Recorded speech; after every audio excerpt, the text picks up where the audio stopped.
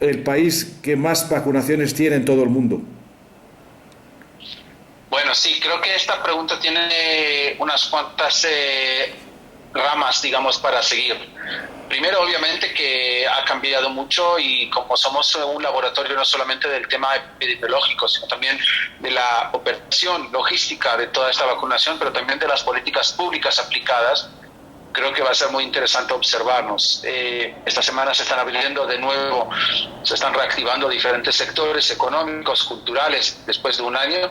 Entonces creo que va a haber mucho interés de parte del mundo para ver cómo las cosas se desarrollan en Israel, dadas las circunstancias de la vacunación masiva, etcétera, etcétera.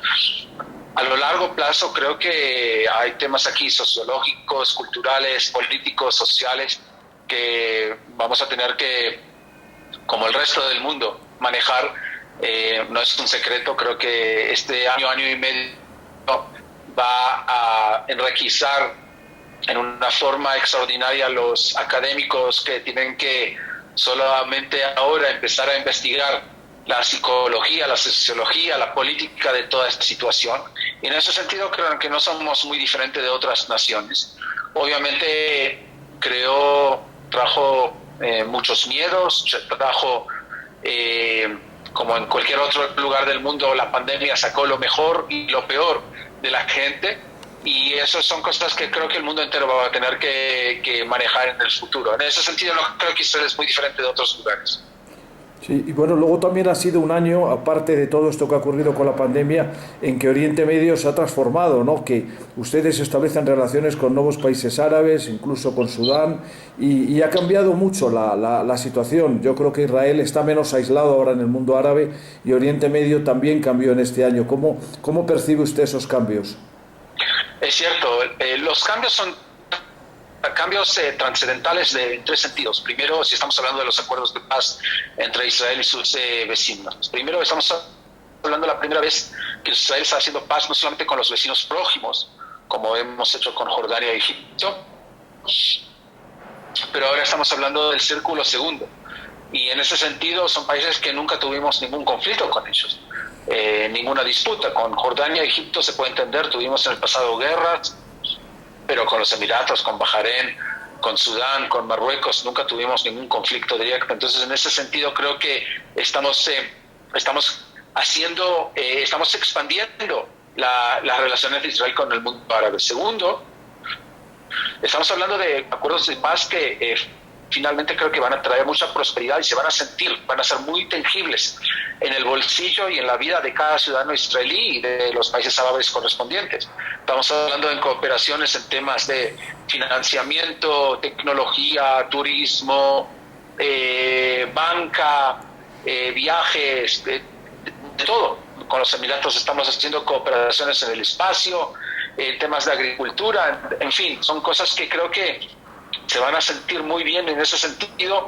Son acuerdos de pueblo a pueblo, no solamente gobierno a gobierno, y es exactamente lo que nosotros queremos hacer. Queremos sacar y aprovechar lo más posible estos acuerdos de paz, que los pueblos puedan sentir el beneficio. Y tercero, la tercera dimensión, que estos acuerdos son trascendentales o son un cambio, es de la forma de hacer paz. Hasta ahora hubo un paradigma que creo que todos los gobiernos israelíes y muchas partes de la comunidad internacional cogió como una paradigma única de cómo se hace la paz en el Medio Oriente, que era: primero hay que resolver el problema entre Israel y los palestinos, y eso va a llevar a la normalización al resto del mundo árabe. Y esos acuerdos muestran exactamente lo revés, lo contrario, que a través de crear y normalizar relaciones entre nosotros y el mundo árabe, eso podría empujar un poco más a llevar a una solución entre nosotros y los palestinos. Entonces, sí, tienes razón, son acuerdos trascendentales. Tenemos ya delegados israelíes en todas las capitales. Casi todos son delegados ahora en las nuevas capitales temporales, hasta que se pueda anunciar y poner un embajador concurrente y no a tempore. pero ya estamos trabajando y los países ya han mandado, los últimos días vi que el embajador de los Emiratos ha llegado a Israel. Es una fiesta muy grande en el Medio Oriente, lo voy a decir. Sí, sí. Le quería preguntar un poco también por esos rebrotes que siempre asistimos periódicamente de actos antisemitas en el mundo, ¿no? ¿Cómo lo percibe usted como diplomático israelí? Bueno, la lucha contra el antisemitismo es uno de los pilares importantes del trabajo de cada israelí, pero definitivamente de un diplomático israelí. El ministerio contribuye y se pone muchos esfuerzos para luchar contra el antisemitismo en diferentes niveles, en las redes, en educar, en temas institucionales, en temas legislativos, en maneras bilaterales, multilaterales, a través de organizaciones internacionales, ONGs, en cualquier manera. Nosotros creemos que es un fenómeno que hay que eliminar, hay que luchar como cualquier otro fenómeno de odio y de desigualdad o de racismo. En ese sentido, vemos en los últimos años una subida muy preocupante en diferentes lugares en el mundo y obviamente nosotros tenemos que esforzarnos más para, en muchas veces, voy a tomar unos pasos aquí en la América Latina, muchas veces no es un caso es por ignorancia, no es por odio.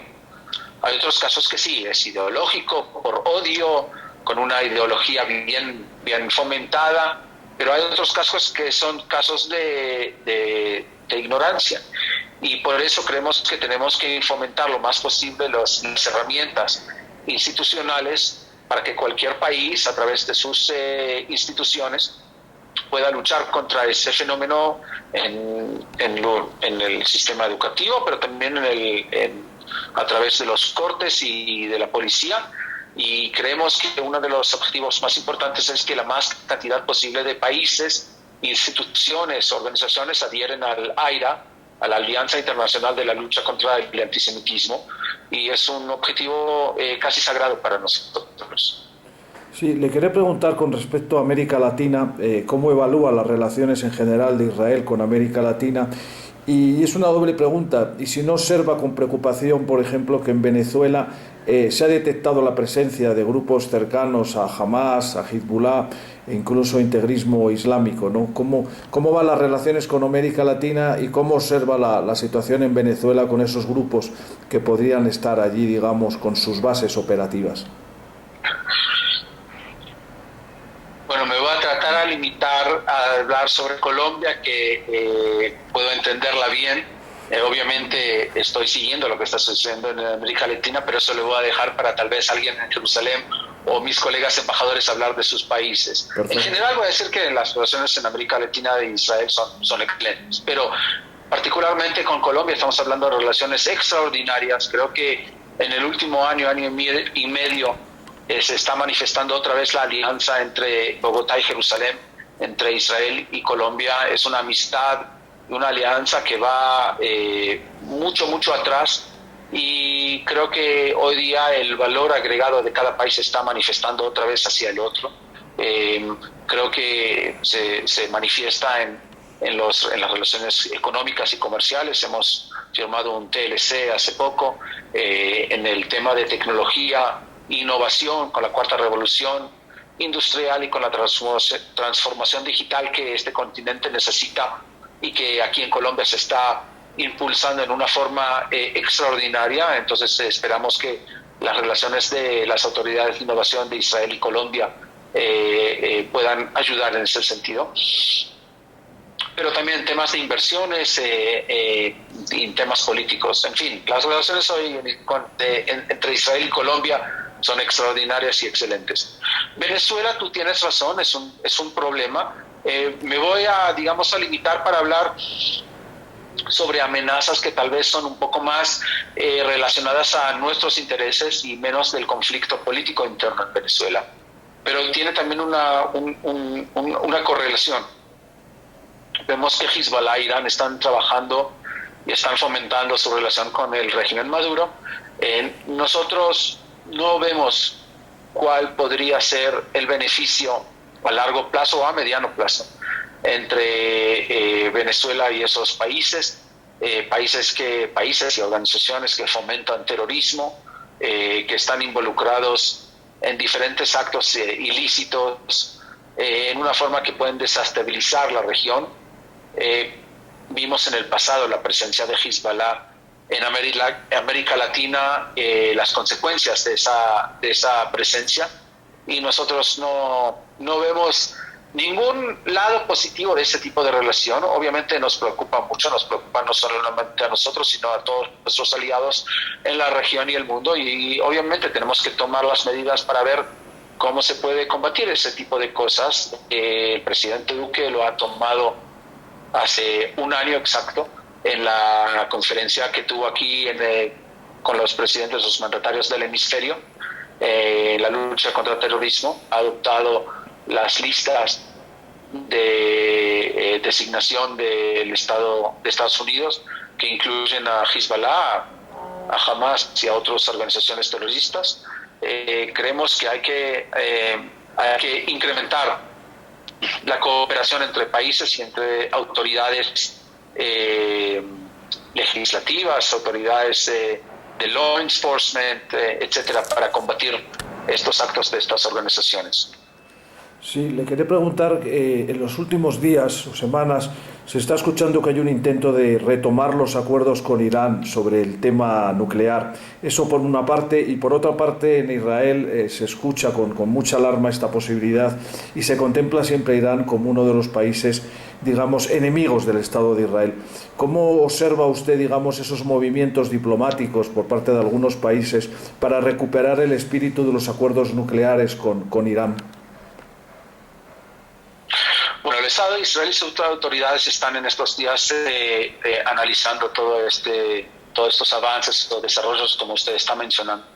Me imagino que muy pronto vamos a tener instrucciones de exactamente y cómo pronunciarnos. Lo que sí puedo decir es que de una forma muy categórica, nadie, no solamente Israel, nadie puede permitir que Irán consiga armas nucleares o tenga capacidades nucleares, no para la paz, no para energía, sino militares. Eso es un riesgo y una amenaza que ningún país, no solamente del Medio Oriente, en ese sentido no estamos solos, me imagino que se dan cuenta que una de las razones que tenemos estas relaciones con nuestros vecinos es exactamente ese miedo, esa amenaza, esa preocupación de una Irán nuclear. Pero no solamente nosotros, estoy seguro que el mundo entero, la comunidad internacional, no tiene ningún interés que un país que está afirmado al acuerdo de no proliferación pueda partir de ese acuerdo y crear lo que ha hecho hasta ahora en los últimos 20 años, un programa nuclear militar. En ese sentido creemos que hay aquí un interés internacional, no solamente de nosotros y de la región, sino de los poderes o de los países en la comunidad internacional, de limitar y minimizar ese riesgo. ¿Cómo? Vamos a ver cómo se hacen las cosas. Esperemos que las medidas cualquiera sean, tengan un efecto positivo a minimizar ese riesgo y esa amenaza de Irán hacia el mundo. Sí, ya finalmente le querría preguntar, ustedes están siempre en una situación geográfica no muy fácil. Tienen al lado a Siria, que está envuelto en una guerra civil interminable, después Turquía, cuya alianza con Irán ahora avanza muy positivamente y en muchos terrenos. ¿Cómo ve usted a Israel de cuando han pasado 70 y tantos años desde la fundación del Estado de Israel en esa zona del mundo, en Oriente Medio, en esa difícil convivencia, muchas veces con vecinos como Siria, que tienen graves problemas políticos, o Egipto, que está bajo una dictadura militar? Cuando han pasado casi 70 y tantos años desde la fundación del Estado de Israel, ¿cómo lo ve usted en el mundo, posicionado en su política exterior y en sus relaciones con los vecinos? Bueno, primero yo creo que no hay aquí ninguna disputa que Israel ha crecido a ser un actor importante en nuestra región, con una prosperidad extraordinaria, con niveles de desarrollo tecnológico, altísimo, social, económico impresionantes. Me da mucho orgullo pertenecer a esa nación y ser su enviado en el exterior. Creo que a lo largo de los años también logramos tratar de crear nuevas relaciones positivas con nuestros vecinos poco a poco. Obviamente tenemos todavía mucho más para hacer, pero estoy seguro que lo vamos a lograr. Y a nivel mundial creo que hoy día Israel es un país que por lo menos hay unos cuantos aspectos que todo el mundo los ven como una meca. Hoy día Israel es el epicentro de la innovación y la tecnología mundial en todos los campos, en todos los ambientes. Empezó obviamente en la agricultura y el manejamiento de agua, pero hoy está en el espacio, en la construcción, en el fintech, en la medicina. Vemos lo que están haciendo nuestros mentes brillantes en Israel ahora con el COVID, con la telemedicina. Casi en cualquier campo hoy Israel brilla como un punto de innovación y de tecnología. Y para los que no han visitado todavía Israel, obviamente los invito. Ahora es un poquito difícil por la pandemia, pero lo que sí les puedo asegurar es que no conozco ninguna persona que ha visitado Israel y no salió de esa visita con una experiencia transformadora. Es un país, es una nación, es un pueblo con tanta historia de atrás y tanto futuro, innovación y tecnología hacia adelante, con una mezcla tan impresionante de personas de todo el mundo. Creo que es un milagro, y en ese sentido creo que solamente pasamos los primeros 70 y algo años. Tenemos adelante de nosotros muchos más, y espero que podamos, como se dice, to keep our promises en el futuro. Estamos muy entusiasmados para poder ver cómo salimos primero de esta crisis de nosotros, y crisis mundial de la pandemia, y ver cómo podemos esforzarnos de nuevo y salir adelante. Bueno, pues embajador, eso era todo. Le deseo lo mejor para su país, que salgamos todos juntos de esta pandemia, y también éxito en su misión aquí en Colombia. Le deseo lo mejor y muchas gracias por sus palabras. Gracias, Angosos. Gracias y un abrazo muy grande. Un abrazo muy fuerte. Que tenga muy buen día. Le deseo lo mejor en Colombia. Adiós. Buen día.